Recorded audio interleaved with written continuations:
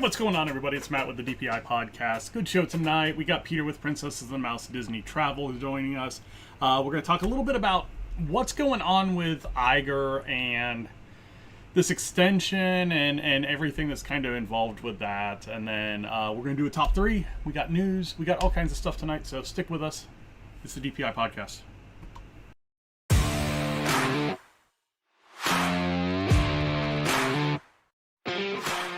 Hi, I'm Matt. Welcome to Disney Planning Insights.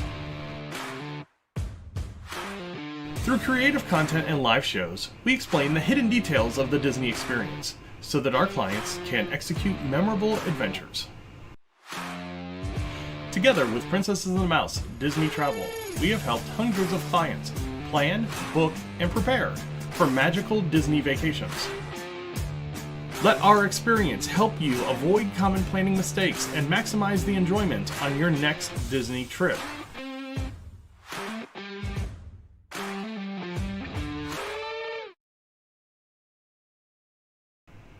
Hey, what's going on, everybody? It's Matt with the DPI podcast. Like I said, we got a really good show. Wait for Peter to jump on the teams. I thought he was here, but apparently he's not. Let's try this again. Rejoin. See if he just didn't connect the first time. I know we've got something going on at 8, so we're going to be on here for about 45 minutes tonight, talking some Disney news. If you saw the title of tonight's show, kind of on the fence with what's going on with Disney and everything as far as the possible sale to Apple.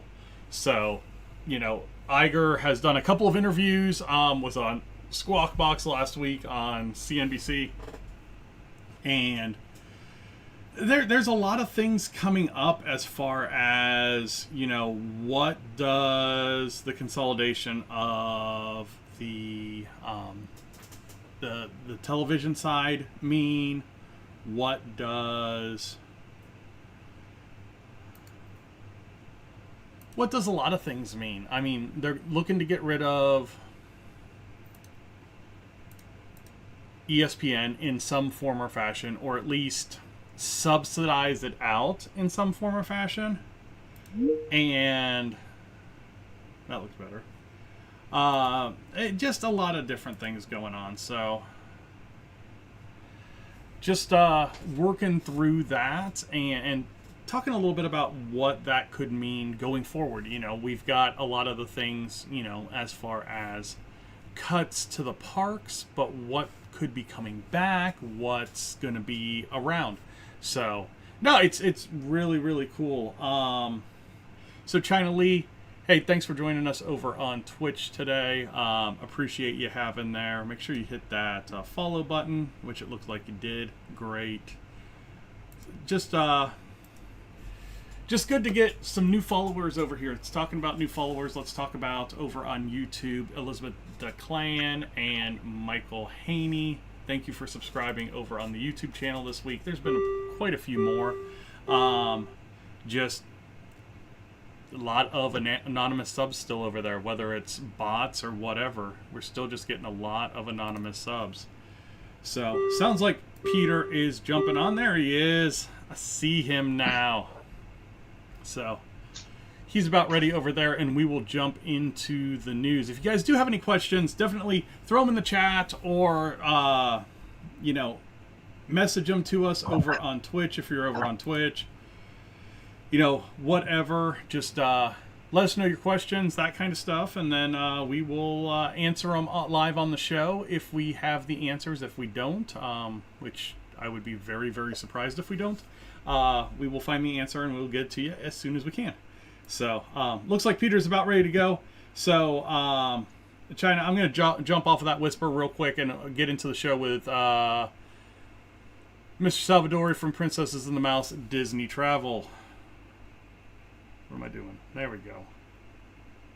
Mr. Salvadori, how you doing? Tired. It seems to be a pretty common sentiment right now. got those subscriber alerts going across real quick. So 15 minutes of news. I want to jump into it real quick so we've got good time for the top 3 tonight. So let's go ahead and jump into the news. Got a 15-minute timer, and we are ready to go. So I really wanted to start with this whole conversation that Iger had with this guy on CNBC last week, and really how there seems to be a feeling that Disney is ready to let go of kind of that media conglomerate that they've accumulated over the years, whether it's ABC or FX or Freeform, that kind of stuff. It sounds like that those entities are on the table. And it sounds like it might be in a way that they're trying to buy the rest of Hulu that was part of that. So, what are your thoughts on that? And what do you think kind of bleeds into the parks because of that? Because of the idea that they're going to kind of restructure their holdings? Yeah, I mean, what do you think? What do you think kind of comes of the parks division because of that? Well, I mean, obviously, I kind of mentioned this last week. I think what's kind of happened to Disney essentially is they're suffering from, just I get being too big, right? Yeah. Like in any corporation, in any company, the larger you get, the more waste there is, just inherently as a result of just too many people or positions that have been created but not really vetted recently, and so we've kind of seen that with these layoffs of the idea that a whole bunch of people are kind of getting let go because they need to restructure things because there's a lot of waste. And so then when you get to a company the size of Disney, I mean, imagine how much waste there is up the line. And when it all comes down to it, the people who, are working the hardest are, in many cases, the least compensated for it. So I think it's smart because it also takes care of the, I don't know. It's funny because the company's not even red, right? It's just less black than normal. Yeah, There are areas that are red, and it's just slightly less black than normal, and like everybody's freaking out. But I mean, if dropping off some things creates some, influx of cash to where we can hopefully see. I mean, my biggest hope is that in all of this, the parks have gotten a little bit too expensive, and I mentioned that last week. The parks have gotten a bit too expensive, and you're just not getting as much as you used to. Yeah. So I'm if anything, I hope that happens. I'm kind of on the same page with you. To me, it almost, when Iger had his first go around, you saw a pretty big expansion in parks. Bob was building things and doing that kind of stuff. I think that if you cut away some of the bloats, and when you think about the bloat right now, it's these TV studios and that kind of stuff that are really kind of the ball and chain for Disney right now, and where they're losing their money. When you look at the Disney Plus stuff and that kind of stuff, that's where their losses are coming from, and the parks are making up for it right now. Mm-hmm. So, and I think the Disney Plus, Disney Plus is a great platform, but let's be completely honest. If you don't own all those other holdings and then you rent out Disney movies on contracts to all these other streaming services, you make significantly more money than if you just charge your subscribers, whatever, $70, $75 a year for, you make a heck of a lot more money renting. Name a movie, right? Renting Matilda to Netflix for 6 months, right? Yeah. And that's the thing, with what happened in India, where they had that big influx of those really cheap subscriptions, and then when those really cheap subscriptions turned over to really expensive subscriptions, they basically lost all of them. Mm-hmm. It goes to show that maybe the money and maybe the thought process is let's step back, let's focus on what we're good at, and that's the parks, and let's put some money into the parks. And if that means, hey, expansion of Disneyland, expansion to a fifth gate in the world, a few more new hotels around the world, that makes a big difference to the park goers, and in the end it might be a good thing. So I think this whole thing, unless it becomes a wholesale sell, which I don't know that it would ever be a wholesale sell to where, hey, we're going to sell everything off to Apple or something like that, including the parks division. I don't know that ever happens, but I mean, I think that rumor's been out there a few times, and it's something that, I think has to be addressed. It would make sense for the all of those other production studios to be ripped off, right? Keep Disney Animation Studios, keep Pixar, and keep the parks, and rip yourself back down to what you do and what you do well, and that is make family-friendly animated movies and have really good parks centered around those family-friendly experiences. Like them having Marvel, them having Star Wars, as much as I love all the new Star Wars content, now that they've built that into their parks, so it does kind of at this point make sense to keep Lucasfilms and the Star Wars franchise as part of their intellectual property. But, maybe Marvel doesn't make a whole lot of sense, because we can agree that the Marvel market, since they bought it, has kind of oversaturated and very lackluster. Things are coming out, and it's almost white noise at this point on the Marvel Universe side. I used to watch every single thing in theaters, and now I couldn't tell you how many of the last phase that I've missed.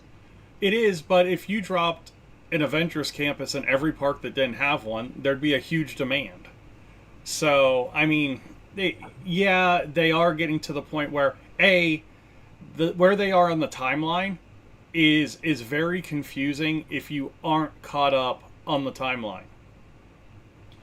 Right. And then B, we don't even know what timeline we're in. Yeah. Well, and that's the whole thing with the multiverse is you don't know what timeline you're on in some of these movies. So right, and we don't know which Kane's going to pop up now. Yeah. So so there's just a lot of things going on. So let's move on from that a little bit. Let's jump back into the park. So D23 announced Jollywood Nights. Their gold member exclusive extra events are going to be November 27th and 29th this year.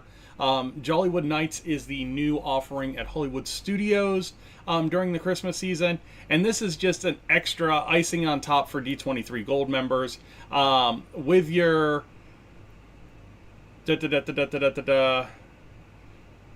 with your extra $20 plus $3 processing fee per ticket. You get, I don't even know, exclusive nighttime spectacular and Fa La La La Lounge at Pizza Rizzo. Ooh. So I mean, you put Fa La La La in front of Lounge. I mean, that's just special. I know. So $20 extra for D23 members, and you get all that. Go over to Disney Parks blog for the newest updates on the Disney Treasure. They have added the Stern characters, which are Peter Pan and Hook, which are pretty cool. You can check out all the photos over there. While we're talking about Disney Cruise Line, they are getting ready to debut the, I don't even know what they're calling them, Disney Band Plus on the cruise ships. It is going to be on the Fantasy starting July 29th, where there will be offerings that will light up your Magic Band Pluses there. So just expanding that universe into Disney Cruise Lines. Here's a good one, and this is one I'll kind of refer to you on a little bit. Mears Connect and Sunshine Flyer are merging. Yeah. Yeah. So what are your thoughts on that? Kind of worried because right now the only thing keeping them affordable is the competition with each other. Yeah. So, I mean, here I gotta believe it. So, Sunshine Flyer, when Disney got rid of the Magical Express, the contract with Mears, all of a sudden Sunshine Flyer just popped up out of nowhere. And for the first year, I hardly saw Sunshine Flyer buses. I did make a mental note when I was just recently down there last month. There were a lot more Sunshine Flyer buses rolling in. And so I think this is a hostile takeover by Mears, who just made the owner of Sunshine Flyer a deal they couldn't refuse. Yeah. So you can call it a merger, but I think it's really Mears Connect, because obviously Mears is a much larger company than this Sunshine Flyer thing. So I think they rolled in and said, hey, you're starting to chunk away our business. We're buying you. Here's an offer. Let's do this. Does this clear the way for Disney to offer the Magical Express again? Not unless they're talking about, maybe, I mean, it might be a term, but let's put it this way. If Disney were to re-up a contract with Mears Connect, Mears wouldn't have had to spend this money buying Sunshine Flyer, because Sunshine Flyer would immediately lose its business. So, if anything, I think this points to there's not conversations happening between Disney and Mears, because Mears is clearly protecting its business interests. If Disney were to recreate a contract with them, then Sunshine Flyer would fall by the wayside and go out of business. No, that makes a lot of sense. So it is going to be called Mears Connect, powered by Sunshine, or something stupid like that. Are we still going to have? Did you see? Are we still going to have train buses? That's the most important thing that our viewers want to know. New service will begin August 1st. Dedicated hotline. All existing reservations. Mears Connect guests will not be impacted. Reservations will be the same. Sunshine Flyer guests traveling will receive an email. Link to their original reservation. Confirm all travel instructions. There's nothing on there if the buses are going to be the trains. They should be. See, but the way you worded that just confirmed. So no disruption to Mears Connect previous reservations. Sunshine will get new reservation emails. So yes, Sunshine was aggressively taken over by Mears. Yeah, that's what happened. There's the truth behind the fluff of the story. San Francisco Square at Disney California Adventure will officially open on August 31st. I know, I'm a month early. Yeah, they did the media event last week, I think, and released a bunch of the treats and the Baymax sipper and all that kind of stuff. So Disney Food Blog had a good article on that. So if you want to check that out, go over there. Over in Disneyland Paris, they set a record for the most drones in a show at 1,495. The Bastille Day nighttime spectacular was spectacular. If you haven't checked it out, DLP Report has a great view of the show on their page that you can check out. And it, like I said, it is well worth the watch. I really feel like that is what is coming to Epcot in some form or fashion. Speaking of Epcot 100th celebration begins September 22nd and will run through December 31st. So just shy. So, why, with D23 being there, why would they lay it off 2 weeks, basically? That seems like again, it seems like such a missed opportunity. Journey of Water not being ready. That's got to be the only thing. I mean, that's got to be it. Yeah. It's got to be the timeline that they're projecting, because construction barriers are starting to come down in various areas around Epcot. Like the whole front area has basically lost its construction barriers at this point. I just got to feel it's all about that construction timeline. And I'm still hopeful that it's done when we get down there, but it's sort of like soft launchy. And then during this 100th celebration is when they like do the grand opening of it. Because there's already cast members. They're already doing cast, like I don't think they've started yet, but the info for cast previews of the Journey of Water area has gone out to cast members. Yeah, and that's supposed to be at the beginning of next month. So right. So I think your September 1st is approximately when the soft launch will open, of when guests can start going through there, and then they'll do some type of a grand opening thing at the start of the 100th. And so just in case there's any issues, you can always slide forward a timeline. You just can't slide back a timeline when you're in customer service. Yeah. Quickly, since that we just ran out on the timer, Disney Junior and Friends Playdate is coming to Disneyland Resort August 18th through 20th.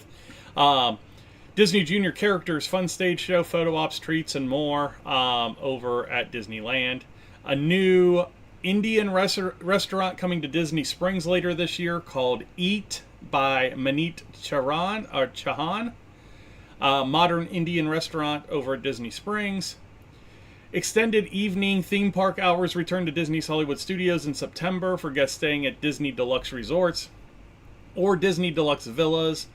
September 30th, October 5th, October 11th, October 19th, and October 25th. Good ride list there. And then Disneyland is giving some more nighttime offerings since Fantasmic is guaranteed to be closed through Labor Day now. And that is the Jambalaya Jazz Band featuring Queenie will perform nightly on New Orleans-themed river barge as they float down the rivers of America. Starting Friday, July 21st, 3 performances each night starting at 7:35. Peter, is there anything at the parks that you're seeing that I'm not? No, I'm just we're rolling out of Food and Wine, or we're rolling into Food and Wine Festival, and obviously Halloween decorations are going to go up pretty soon, and yeah, I mean, we talk about all this stuff all the time. So. Yep, and the if you are going to D23 this year, the reservations for the 2 stores for their pin selections are due tomorrow, I think. So if you're planning on buying any of those, I'm not. They seemed overpriced. Yeah. So that's exactly what I thought. There was no D23 event pins or anything like that. So I was like, there's really nothing. There was a cool Snow White anniversary pin that I was thinking about getting. Her biting the apple. Yeah. Just because I like the dwarves underneath the pin. So like that might be all I get. There you go. Well, that is the news. You know what time it is now. It is top 3 time. Here we go. Business trip. Did the people move around? It does tingle a little bit.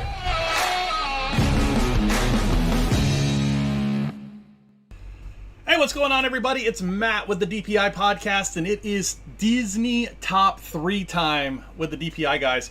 I've got Peter with Princesses and the Mouse, Disney Travel, and it almost looked like he was frozen, but he blinked, so we're good.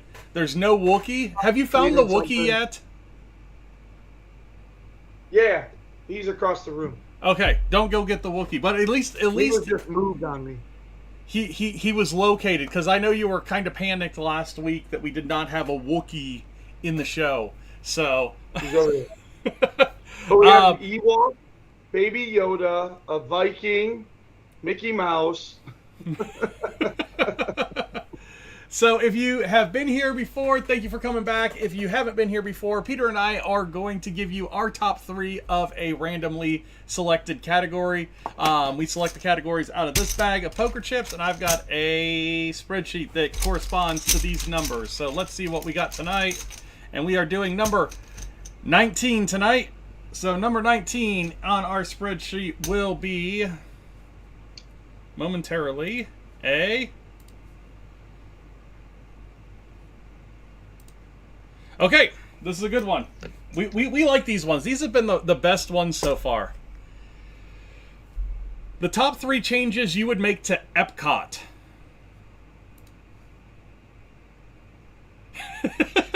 Hey, you get 20 seconds. Planning your first trip and getting overwhelmed by all the details? Planning your next trip and just want some new suggestions on things you haven't tried? Contact me at Princess and the Mouse Travel, and I'd love to work with you planning your next trip to the most magical place on earth. You can contact Princesses and the Mouse Disney Travel on Facebook at PATM Disney Travel. All right, we are back. And this, like I said, these are the ones that I feel like we come up with the best ideas on, because I can see the little squirrel going in your brain. Mine's been moving all 20 seconds. So you want to start or you want me to start? I feel like we've done something. Oh, maybe it was just like top 3 things you would do, and I already know what your number 1's going to be, so I'm going to stay away from it. At least I think you start. That way, if it doesn't come up, I will grab what I am already thinking as my number 1. All right, you start. Okay, so my number 3 is retheming the Three Caballeros ride.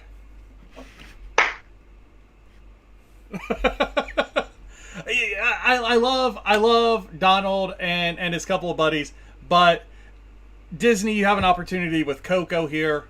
Take the opportunity. You're doing it with every other pavilion.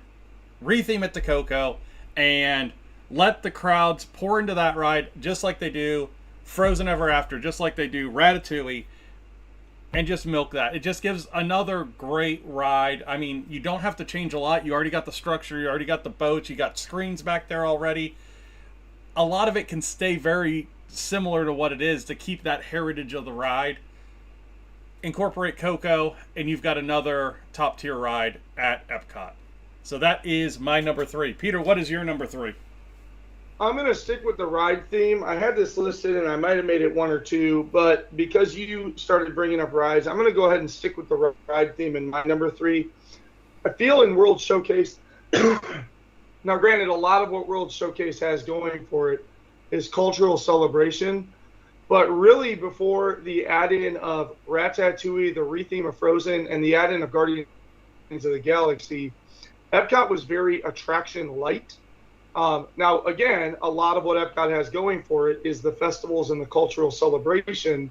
But I really, if I were chief of all of this, I would very much consider in the UK putting in a Winnie the Pooh ride, in Germany putting in a Snow White ride, in China putting in a Mulan ride, going around World Showcase.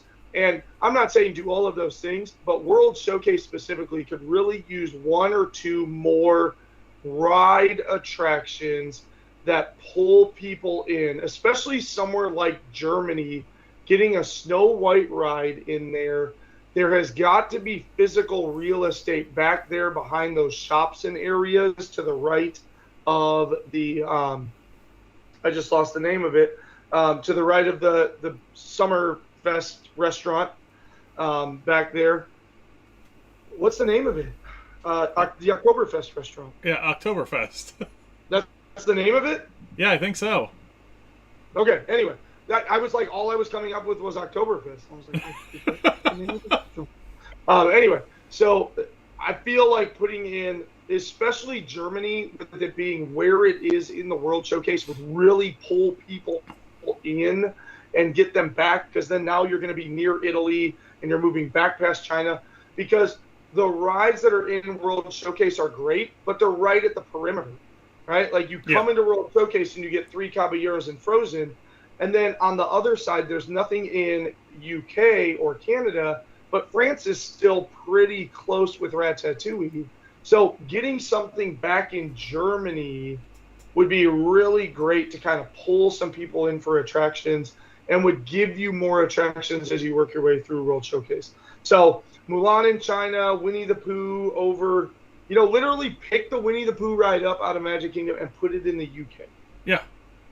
Well, and then rework that for something over in Magic Kingdom. And to your point, Germany and Japan already have show boxes in the back. Right. So they're already ready for rides because there was supposed to be a ride in Germany. There was supposed to be a boat ride in Germany. And there was supposed to be a Mount Fuji roller coaster in Japan that never came to fruition. So they already have the areas for them. It's just... Oh, right. So Big Hero 6... Exactly. Make a Big Hero 6 something in Japan and make... Right, because San Francisco, yes, I understand we're merging, but we'll take the Tokyo side of it. And because... Right? Like, put a Big Hero 6 ride in Japan and put put a Snow White ride in Germany, and now you have two things on both sides of America that will draw people into the backside of World Showcase. That's my number 3. It was long, it was drawn out. It might have been my number 1, but I'll go with number 3 because, yes, Epcot needs a couple more rides. All right, let's go ahead and get to our number 2s. And before we get to our number 2s, if you have an idea for top 3 for Peter and I, go over to the website, patm disneytravel.wixsite.com/planning. Up in the top right corner, there is an information box. You can put in your idea for a top 3 over there. It will get emailed to us, and we will integrate it into our spreadsheet for the show. So yeah, it's a great way to contact us. And while you're there, go ahead and fill out one of those vacation planning forms. Great time to book travel right now, especially if you're looking for winter this year. If you're looking for spring and summer next year, great time to start booking that travel. Get that $200 and get your hotel locked up and travel with Princesses and the Mouse. All right. Yeah, I just had a couple. I booked 3 vacations over the last 4 days. So, and they're all in 2024, and they're all mid 2024 to end of 2024. Yeah. You think it's too early, but hey, you want to budget, you want to make payments. This is the great time to get the thing booked and start setting aside $200-300 a month.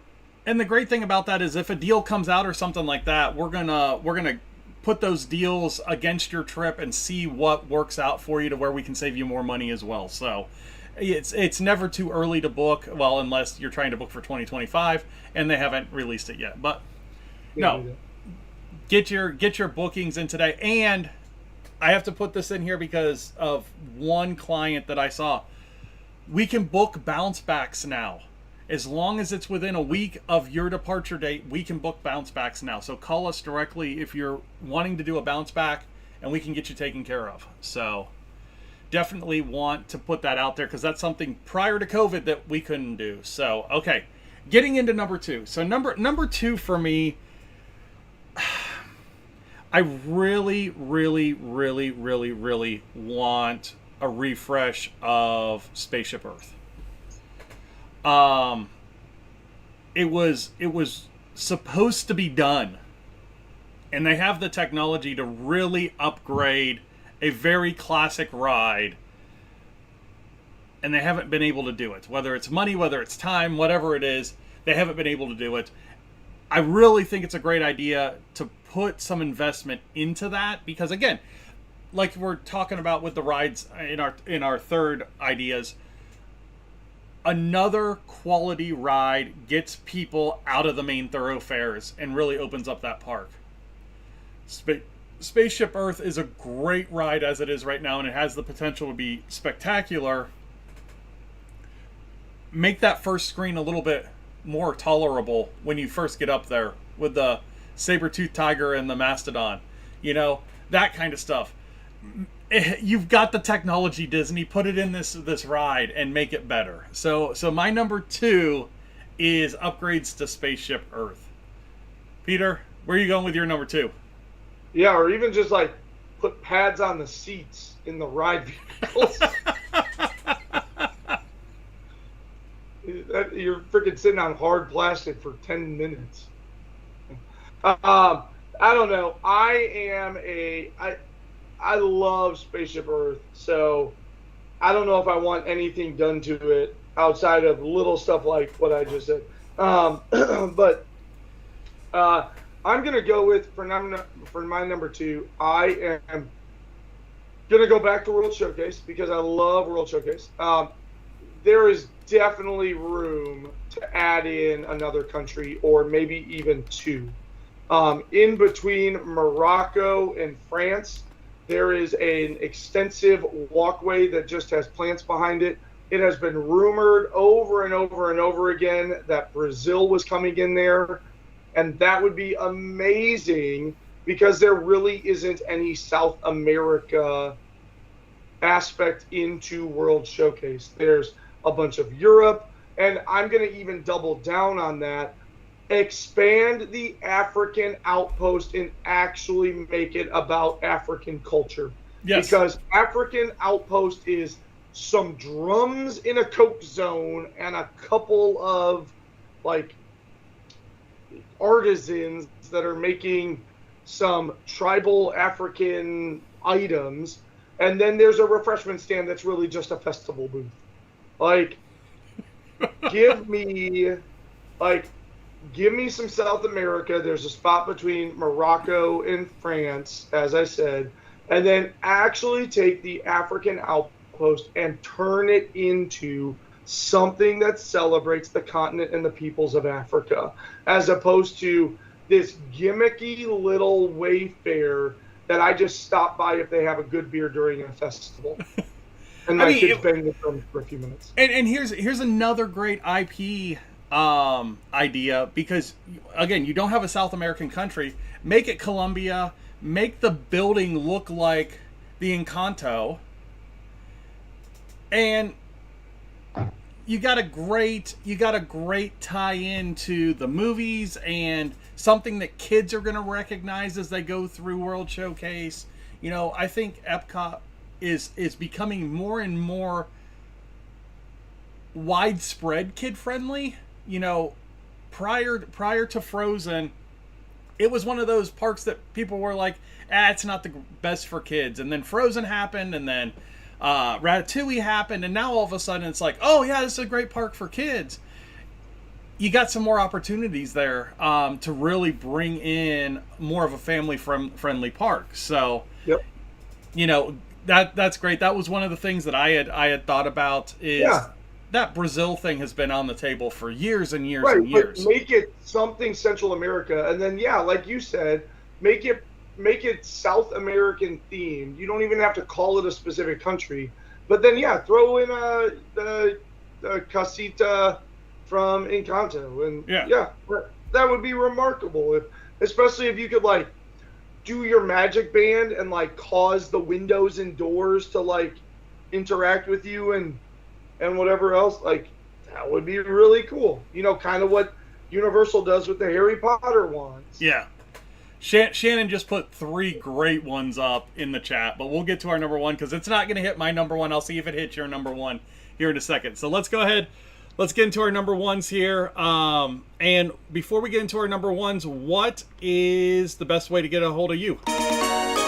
Facebook. Just send me a Facebook message and we'll chat back and forth and we'll set up a time to talk. And then once we get that going, you know, I just talked to a client earlier today and they had reached out via Facebook, and then I got a call, and at the end of that call I say, hey, just start texting me. But before I just start throwing my phone number around everywhere, let's make sure that we're serious and that we want to get to the point where we have a phone conversation with one another to book a vacation. There you go.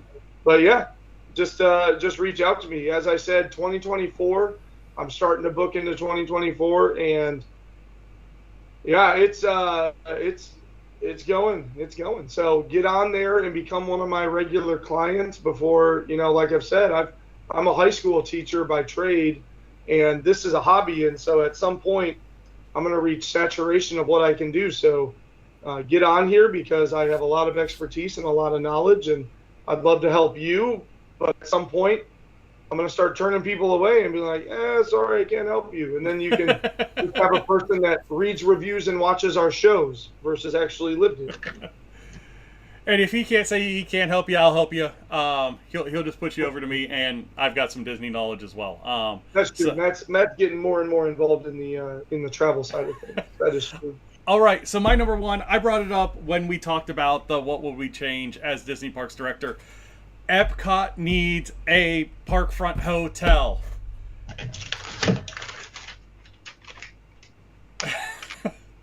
That is such I was like, an I'll opportunity. leave it for him.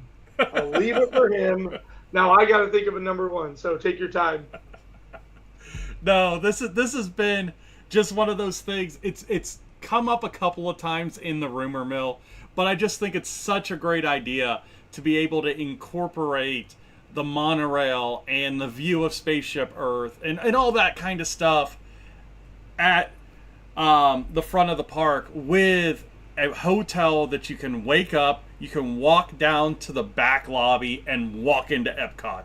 It just makes for such a cool thing. You know, Disneyland Paris has it at the front of their land park, and it's such a beautiful hotel, and it really frames that entrance.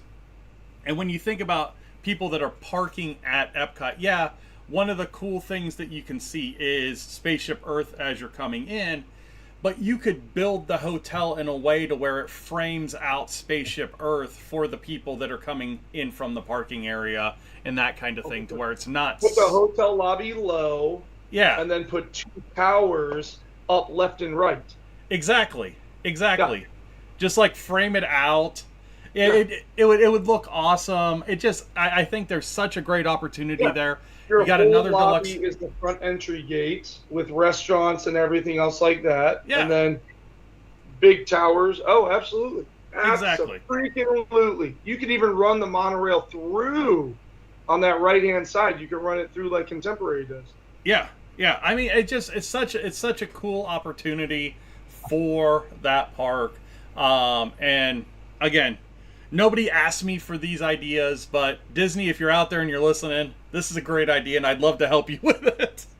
Well, it's the same like with there is no hotel at Disney World that direct enters a park. Grand Californian does. Yeah. Disney World does not have a direct park entry hotel. Grand Californian, you can straight out walk out of the lobby and be right by whatever it's like Big Bear Rapids or whatever. It's their log ride or it's their inner tube ride. Yeah.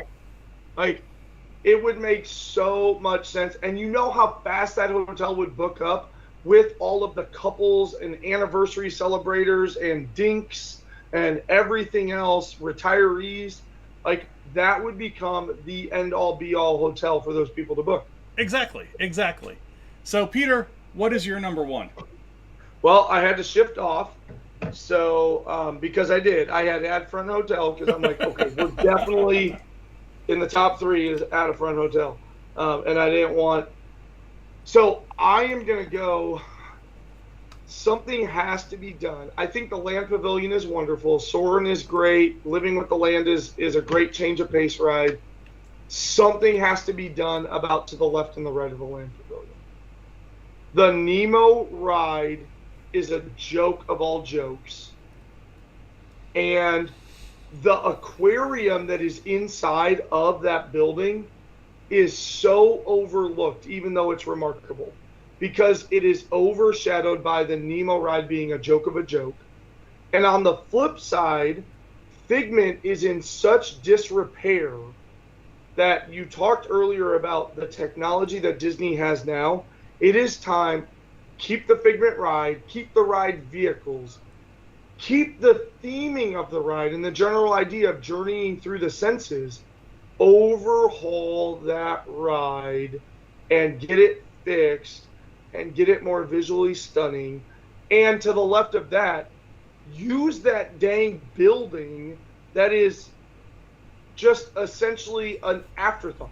You go over to that side of the park to ride Living with the Land and soar in and enjoy that, and then you get the hell out of there. Yeah. Because everything else over there is a complete waste of time. And you want to talk about space that's available, there's tons of space between the Figment building and the Living with the Land Pavilion to put in more attractions. There is so much that you can do with the Nature Land, I think is what they're calling it, right? Yes, World Nature. World Nature, thank you. There is so much that can be done in ripping and gutting and overhauling World Nature. It needs to be done. I don't care what it looks like, how you want to do it, but it needs to be done. And so that I will make that my number one. World nature. It's great that they put in the Journey of Water, but it's still, you're going to come through the Journey of Water and you're still going to be confronted with a dilapidating Figment ride and a Nemo ride that is just an absolute joke. it is a joke. All right. So I'm going to go pardon the interruption style because I know you got to jump off. You got a client call going on. So the correction to the restaurant in Germany is Biergarten. Thank you. It just popped into my head. It's not called Oktoberfest. I can't remember what the heck it's called. All right. And Shannon's idea is update the technology for soaring, add a tea party dining experience in the UK that's either Alice in Wonderland or Mary Poppins, and add an updated end scene to Spaceship Earth. Those are her three. If you guys have a top three, send it to us. It was great seeing you guys again this week. Join us again next week, and we will see you on Tuesday night. Bye now.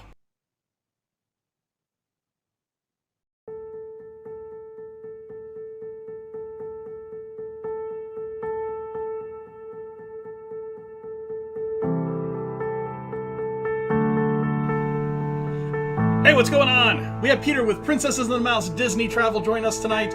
We talked a little bit about what does a Disney buyout look like, and our top three was about what changes you would make to Epcot.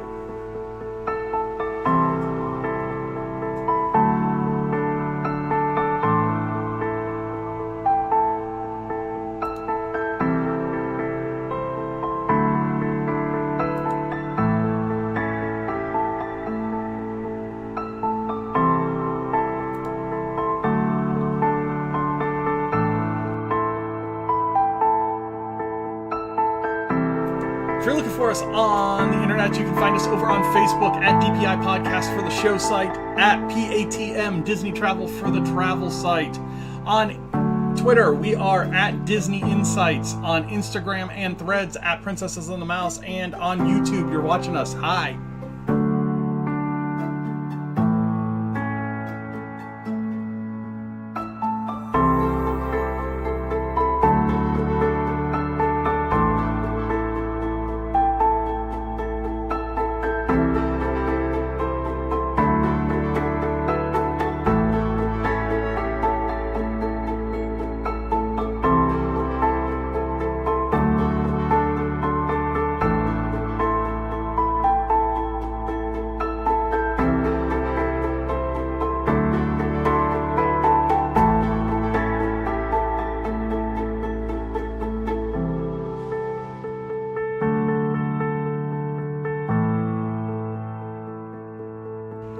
Thank you guys all for watching, listening, liking, sharing, commenting, everything that you guys do.